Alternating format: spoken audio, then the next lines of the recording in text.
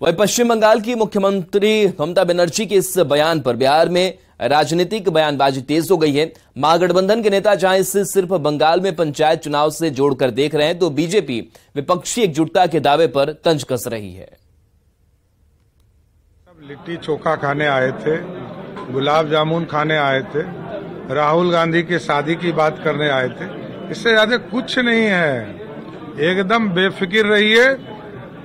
देश का सबसे बड़ा नेता आदरणीय नरेंद्र मोदी जी इस देश को संभाल रहे हैं और आगे भी संभालते रहेंगे। देखिए, अभी जिस गठबंधन की बात चल रही है वो राष्ट्रीय स्तर पर चल रही है और इसका मकसद भी अलग है। इसका मकसद विधानसभा चुनाव में उतरना नहीं है। इसका मकसद है केंद्र से उस सरकार को हटा देना जिसने चीन को हमारी भूमि सौंप दी, जिसने पुलवामा में हमारे जवानों की पता नहीं किस तरह से हत्या करवा दी, जिसने हमारे देश के टुकड़े टुकड़े किए और बेचे, जिसने अपने पूंजीपति मित्रों से हमारा देश लुटवाया और उन्हें ले जाकर विदेशों में बसाया। तरीके से चुनाव प्रचार करते हैं और हर मामले को और हर मुद्दे को विपक्षी दलों की एका से जोड़ने का कोई मतलब नहीं रह जाता है। क्योंकि जब सभी दल और सभी नेता इस बात पर सहमत हैं कि किसी भी स्थिति और परिस्थिति में एकजुट होकर के मुद्दों के आधार पर भारतीय जनता पार्टी के खिलाफ और केंद्र सरकार के खिलाफ आगे बढ़ने का काम करेंगे। बंगाल में हो रहे पंचायत चुनाव को और देश में 2024 में होने वाले लोकसभा के चुनाव को जोड़कर देखा जाना कहीं से भी उचित नहीं है।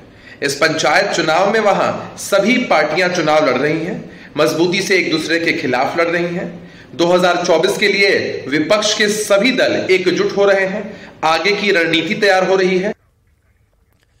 गृह मंत्री अमित शाह की लखीसराय में 29 जून को होने वाली रैली के लिए बीजेपी ने पूरी ताकत झोंक दी है। विशाल जनसभा को ऐतिहासिक बनाने के लिए बीजेपी सांसद और विधायक समेत कई दिग्गज नेता लखीसराय में डेरा डाले हुए हैं। गांधी मैदान में आयोजित विशाल जनसभा रैली को लेकर केंद्रीय मंत्री नित्यानंद राय, सांसद राकेश सिन्हा, नेता प्रतिपक्ष विजय कुमार सिन्हा सहित कार्यक्रम स्थल पर पहुंचकर जायजा ले रहे हैं। गांधी मैदान से तैयारियों का जायजा लिया हमारे संवाददाता राकेश कुमार ने।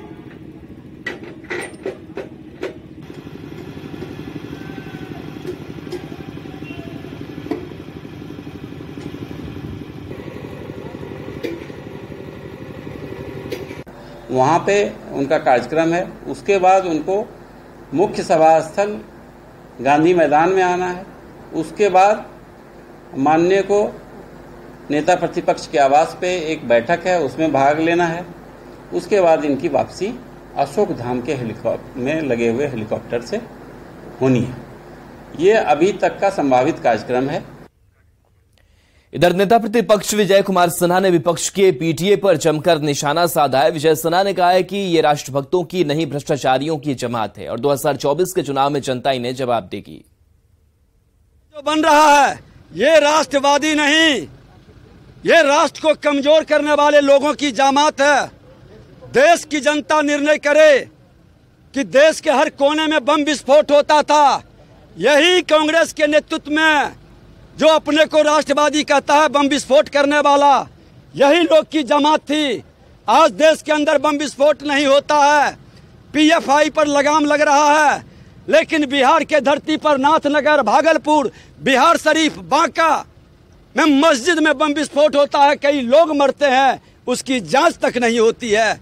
ये राष्ट्रवादी नहीं, ये राष्ट्र को कमजोर करने वाले लोगों की, भ्रष्टाचारियों की जमात है। इस जमात के विरुद्ध जनता का जनमत और जनादेश आएगा। केंद्रीय गृह मंत्री अमित शाह 29 जून को लखीसराय आ रहे हैं, जिसको लेकर बीजेपी जोर शोर से तैयारी में जुटी है। आज भी गांधी मैदान उनकी जनसभा की तैयारी चल रही है, जिसमें पार्टी के कई बड़े नेताओं ने जायजा लिया। गांधी मैदान में विशाल पंडाल के साथ स्टेज का निर्माण कराया गया है और सुरक्षा के मद्देनजर चारों तरफ बैरिकेडिंग की जा रही है। इस मौके पर नेता प्रतिपक्ष विजय सिन्हा ने कहा कि अमित शाह इसी श्री बाबू की धरती से भ्रष्टाचार, अपराध और आतंकवाद के खिलाफ शंखनाद करेंगे।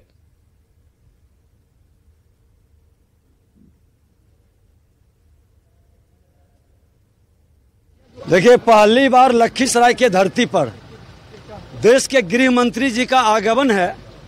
लोग बहुत उत्साहित हैं और ये श्री बाबू का धरती रहा है। बिहार के प्रथम मुख्यमंत्री ने जो बिहार के नवनिर्माण में इतिहास रचा है, देश के गृह मंत्री आकर उस बिहार के नवनिर्माण का जब शंखनाद करेंगे, बिहार के अंदर एक बदलाव का शुरुआत होगा। सरसा में एक कार्यक्रम में पहुंचे प्रदेश बीजेपी अध्यक्ष सम्राट चौधरी को समर्थकों ने तराजू पर आम और लड्डू से तौल दिया। सम्राट चौधरी ने अंबेडकर चौक पर बाबा साहेब और बाबू वीर कुंवर सिंह की प्रतिमा पर माल्यार्पण कर उन्हें श्रद्धांजलि दी और रामचानकी ठाकुरबाड़ी मंदिर में पूजा अर्चना की। इस मौके पर अध्यक्ष सम्राट चौधरी ने एक बार फिर सीएम नीतीश कुमार पर निशाना साधा है। सम्राट चौधरी ने कहा कि नीतीश कुमार जी अब पूरी तरह से खोखले हो चुके हैं। नीतीश कुमार जी पूरी तरह खोखले हो चुके हैं, अब उनके पास कुछ नहीं बचा है। लालू जी के पास कुछ वोट हैं, उसी के बल पर वो दिख रहे हैं। कोई महागठबंधन बिहार में दिखने वाला नहीं है। 2024 में सिर्फ और सिर्फ नरेंद्र मोदी जी के नेतृत्व में 40 की 40 सीट भाजपा जीतने वाली है। राज्यसभा सांसद सुशील मोदी ने एक बार फिर 1600 करोड़ के एम्बुलेंस घोटाले का मामला उठाया है। सुशील मोदी ने जेडीयू सांसद चंद्रेश्वर चंद्रवंशी की कंपनी के लिए टेंडर की शर्तों में हेरफेर किए जाने का आरोप लगाया है। साथ ही 2125 एम्बुलेंस परिचालन के सौदे को तत्काल रद्द करने के साथ दोषी लोगों के खिलाफ कार्रवाई की मांग की है।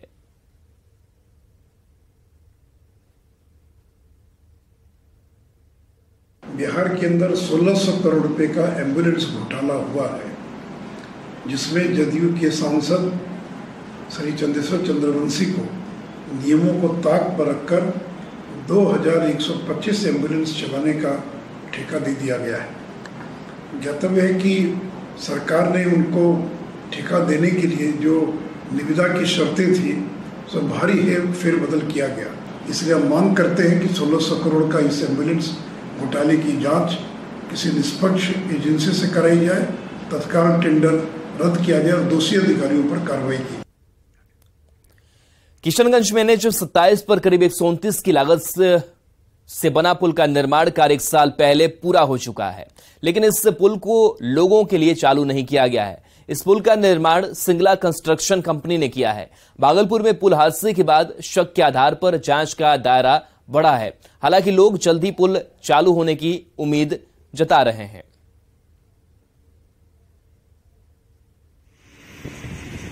उसी का मामला है, केवल हमारे जो NHAI ने कहा जब शिमला का ब्रिज गिर गया है तो इसको भी एक बार से फिर से जो एक्सपर्ट से कैसे काम हुआ है उसकी क्वालिटी को चेक कर लिया और उसके बाद ब्रिज को खोला।